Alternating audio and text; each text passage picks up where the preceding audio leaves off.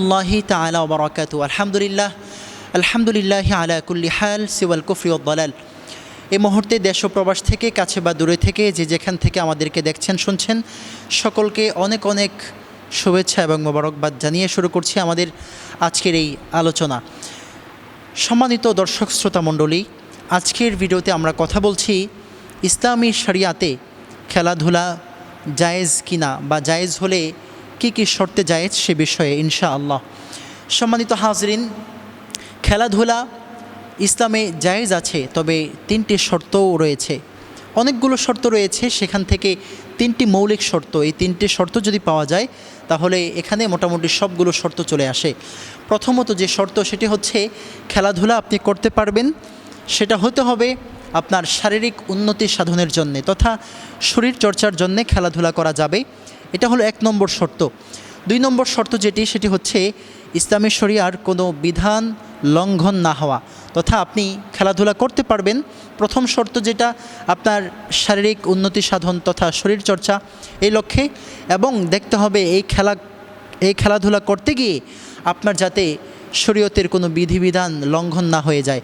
যেমন কোনো ব্যক্তি যদি কোনো একজন গায়রে মাহরাম নারীর সঙ্গে খেলাধুলা করে, তার উদ্দেশ্য হলো সে শরীর চর্চা করবে, শারীরিক উন্নতি সাধন, কিন্তু এরপরেও খেলা জায়েজ হবে না, কারণ গায়রে মাহরাম একজন নারীর সঙ্গে সে খেলাধুলা করছে, এই যে শরীয়তের বিধান লঙ্ঘন হয়েছে, এই জন্য খেলাধুলা করা যাবে না। ঠিক তেমনইভাবে কোনো ব্যক্তি যদি ফুটবল খেলছে এবং তার পোশাকের মধ্যে দেখা যাচ্ছে যে শরীয়তসম্মত পোশাক নয়, সে হাফ প্যান্ট পরে যদি খেলাধুলা করে, এই খেলাটাও কিন্তু ইসলামী শরিয়াতে জায়েজ নয়। সম্মানিত হাজরিন, ফুটবল খেলা যাবে, আপনি প্রথম যে শর্ত শরীর চর্চা, এবং দ্বিতীয় শর্ত শরীয়তের বিধান লঙ্ঘন না হওয়া, এবং তৃতীয় শর্ত উদাসীন বা গাফেল না হওয়া।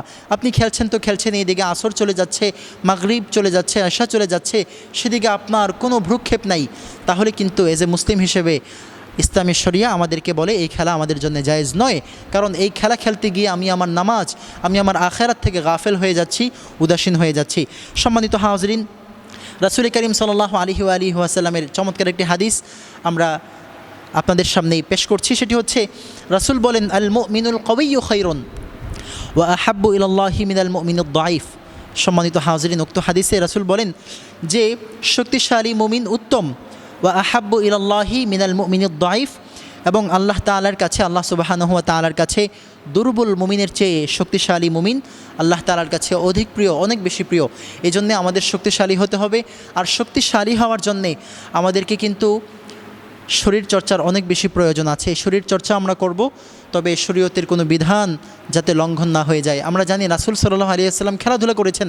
রাসূল সাল্লাল্লাহু আলাইহি ওয়াসাল্লাম তিনার স্ত্রীর সঙ্গে দৌড় প্রতিযোগিতা খেলেছেন, আমরা জানি। তো আমরাও যদি কখনো সময় সুযোগ হয়, এমন পরিবেশ পরিস্থিতি হয়, আমরাও খেলাধুলা করতে পারি, তবে আমাদের খেলাধুলাটা হতে হবে শরীয়ত সম্মতভাবে, এবং শরীয়তের কোনো বিধান যাতে লঙ্ঘন না হয় সেই বিষয়ে আমরা সজাগ দৃষ্টি রাখবো ইনশাআল্লাহ। যতটুকু আলোকপাত করা হলো, আল্লাহ সুবহানাহু ওয়া তাআলা আমাদের সকলকে ইখলাসের সাথে আমল করার তৌফিক দান করুক, আমিন। আসসালামু আলাইকুম ওয়া রাহমাতুল্লাহি তাআলা ওয়া বারাকাতুহু।